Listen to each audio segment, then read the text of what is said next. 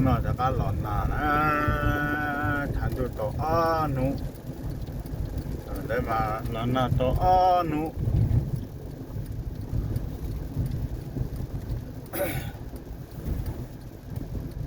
thì thành tựu tổ y nụ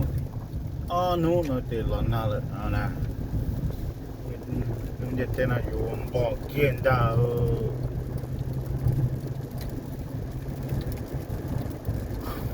cho nên năng cho nên về bắt thọ ra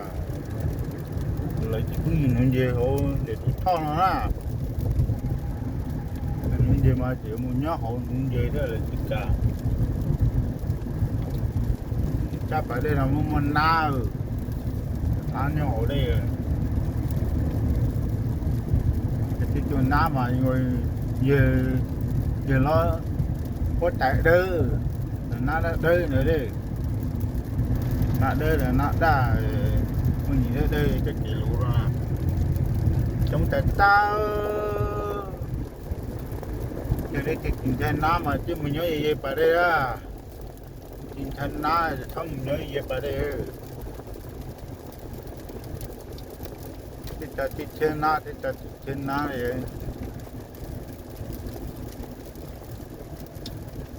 thế cái là dây là chế nó rất là còn đại chế đó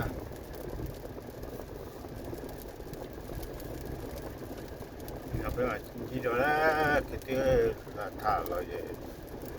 cho chỗ cho chua nó còn cho la nhá cho la đặt chế chỗ nó thế nào thế mà chỉ đó